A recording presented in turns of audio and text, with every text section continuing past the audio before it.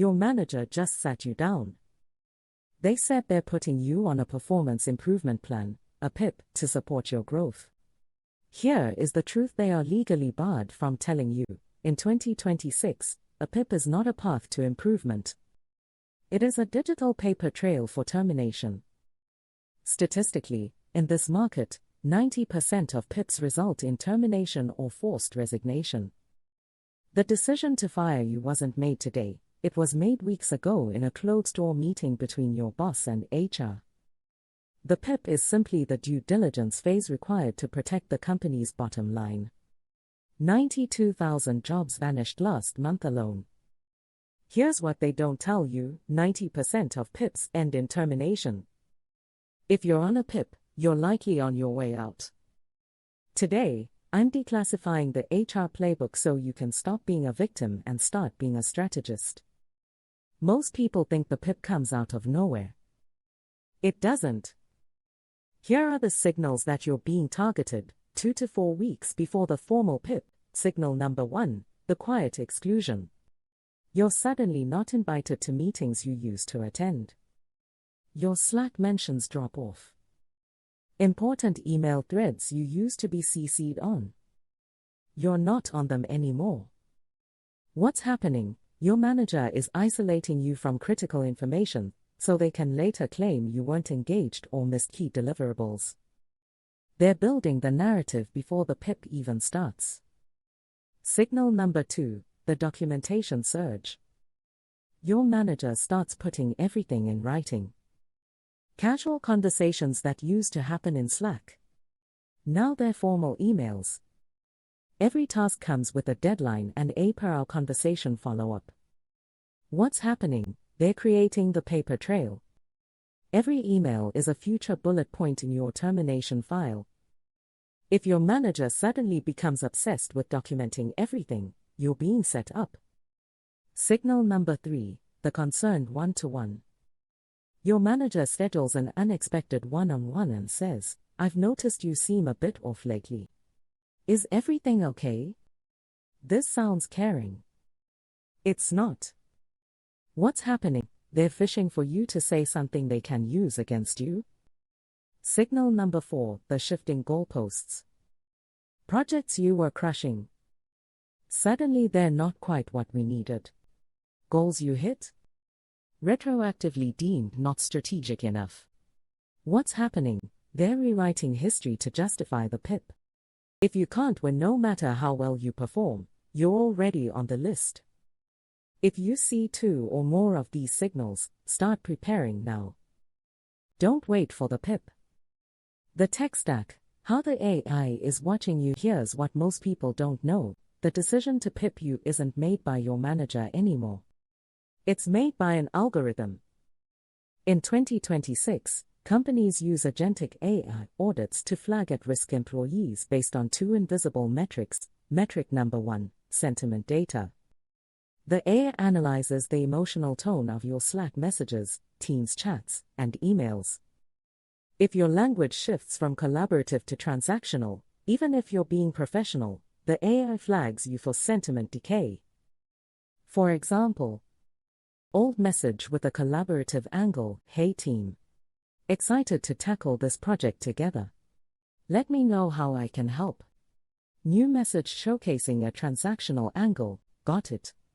I'll have this done by EOD Friday." The AI sees this shift and tags you as disengaged. You're flagged as a flight risk before you even realize you're unhappy.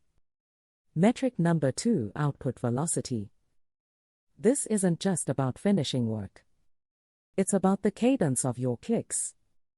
In this case, the AI tracks the following: time between opening a task and marking it complete. Number of Slack messages per hour. Time spent in meetings versus productive work. If any of these metrics drop by 15%, you're flagged as a low-velocity asset. Even if you're hitting all your deadlines. Even if your work quality is high. The algorithm doesn't care. You're slower than you were 3 months ago, so you're on the list. Here's the kicker: you aren't failing a human standard. You are failing an algorithm that doesn't sleep. Your manager might not even know you're flagged until HR sends them a report that says, this employee is underperforming. Initiate PIP. That's when the meeting gets scheduled. The 3 types of PIPs, and how to identify yours. Not all PIPs are created equal. Here's how to know what you're dealing with. Type number 1, the anomaly. This type accounts for 5% of PIPs. This is the only PIP that's actually designed to help you. Your manager genuinely believes in you and is fighting for you. With this type of PIP, you are given new resources, not just new requirements. Here's what this looks like. Your manager assigns you a mentor or coach. They give you access to training or tools you didn't have before. They reduce your workload temporarily so you can focus on improvement. They schedule weekly check-ins to support you, not surveil you. The PIP goals are specific, measurable, and achievable. If this is your PIP, fight for it. You might actually survive. Type number 2, the legal shield. This type accounts for 85% of PIPs. This is the most common PIP. The goal is a clean break. The company has already decided to fire you. The PIP is just the legal documentation required to avoid a wrongful termination lawsuit. With this type of PIP, the goals are vague, subjective, and impossible to measure. Here's what this looks like. Goals like improve cultural alignment or demonstrate better attitude. No clear metrics or success criteria. You're given 90 days but no actual support. Your manager avoids you during the PIP period. Every update you submit is met with "this isn't quite what we're looking for." Type number 3, the ejector. This type is utilized on 10% of PIPs. This is the most sinister. It's called constructive discharge. The company wants you to quit so they don't have to pay unemployment or severance. In this PIP, there is AI-driven microsurveillance combined with impossible workload. Here's what this looks like. Every task is scrutinized. You're assigned projects with unrealistic deadlines. Your manager monitors your every move, screen time tracking, keystroke logging. You're excluded from critical information, then blamed when you miss something. The stress is so intense that quitting feels like the only option. They're creating a pressure cooker. The goal here is to get you to break and resign. Do not give them that win. If you resign, you get nothing. If they fire you, you get unemployment, at minimum. Make them fire you. The S-tier move, negotiate an MSA, mutual separation agreement. Most people spend 90 days stressed, only to be fired with 0 severance. The smart move. Bypass the PIP entirely. Here's what HR won't tell you. PIPs are a massive waste of company time and money.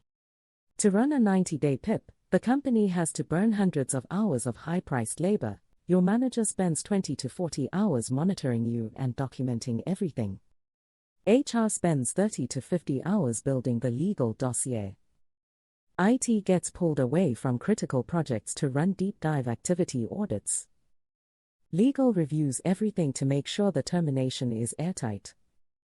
Total cost to the company can be upwards of $15,000 to $30,000 in overhead.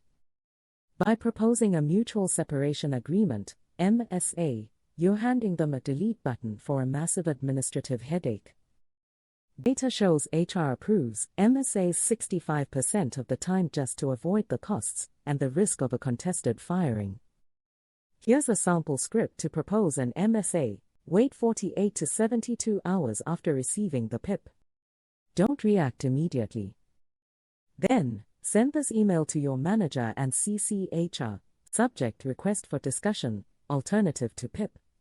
Hi, manager and HR contact. I've reviewed the PIP and I appreciate the feedback. After careful consideration, I'd like to propose an alternative that I believe would be mutually beneficial. Given the circumstances and the goals outlined, I'm concerned that the PIP timeline may not allow for the kind of meaningful improvement we're both looking for.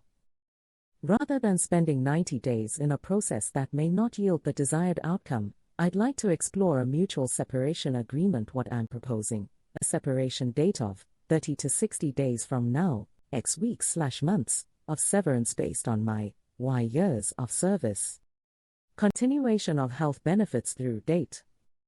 A neutral reference letter. Mutual non-disparagement agreement. I believe this approach would allow the team to plan for a smooth transition, avoid the time and resources required for a 90-day PIP, enable both of us to move forward positively. I'm available to discuss this week.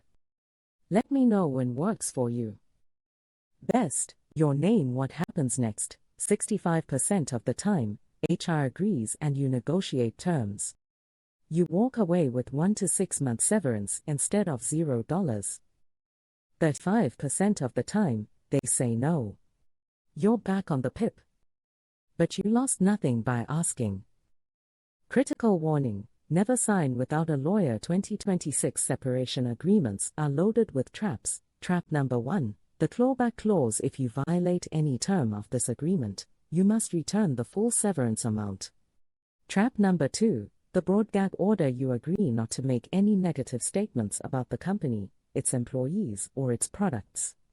Translation: one Glassdoor review or social media post could cost you your entire payout. Trap number 3, the 2026 non-compete. You agree not to work for any competitor or in the same industry for 12 months. I can't emphasize this more. Before you sign anything, have an employment lawyer review. The cost is $200 to $500, worth every penny. Negotiate to remove or limit the non-compete. Clarify what negative statements actually means. Get everything in writing. Verbal promises mean nothing if you stay and fight. You must use the shadow log. If you can't negotiate an MSA, or you're in a protected class and want to document discrimination, you need a shadow log. This is your insurance policy. Here's what you need to document daily. 1. Every goal change. PIPs are notorious for shifting goalposts. 2. Every meeting exclusion. 3. Every instance of unequal treatment. 4. Every impossible deadline or contradictory instruction. 5. For every communication, BCC yourself on every email to your manager or HR during the PIP. BCC your personal email. If they fire you, you lose access to your work email. You need copies. Here's why this matters. Most states are at will employment, meaning they can fire you for any reason or no reason. But companies are terrified of protected class lawsuits. If you fall into any of the categories classified as protected class, your shadow log becomes a legal weapon. If your PIP started right after you filed an HR complaint, you took FMLA leave, you disclosed a disability, you turned 40 or reported age discrimination, you reported harassment or illegal activity, you don't just have a PIP, you have a lawsuit. Do not sign any severance agreement without sending your shadow log to an employment attorney. The real talk, your options. Let's be brutally honest about your choices. Option 1, fight the PIP and try to win. Success rate is 5 to 10%. Option 2, negotiate an MSA and leave. Success rate is around 65%. Option 3, document everything and prepare for wrongful termination claim. The success rate for this option varies, depending on your evidence. This works if you're in a protected class. The PIP is clearly retaliatory or discriminatory. You have a strong shadow log. You're willing to file an EEOC complaint or lawsuit. Time investment, ongoing documentation plus potential lawsuit, could be months to years. Outcome if successful, settlement often in the thousands or reinstatement. Outcome if unsuccessful, fired, but you tried. Option 4, start job searching immediately. Start searching the day you get the PIP. Don't wait 90 days. Here's the bottom line, a PIP is not a failure. It's a market signal that your talent is being wasted. The company has decided you're not worth keeping. Fine. Find a company that will value you. Here's what to do right now. Assess your PIP type, anomaly, legal shield or ejector and decide your strategy. Start your shadow log today. Do not sign anything without a lawyer's review. Remember, make them fire you. Don't quit. The HR playbook is designed to make you feel powerless. But now you know the game. Now you can play strategically. This is what the talent. The move is yours.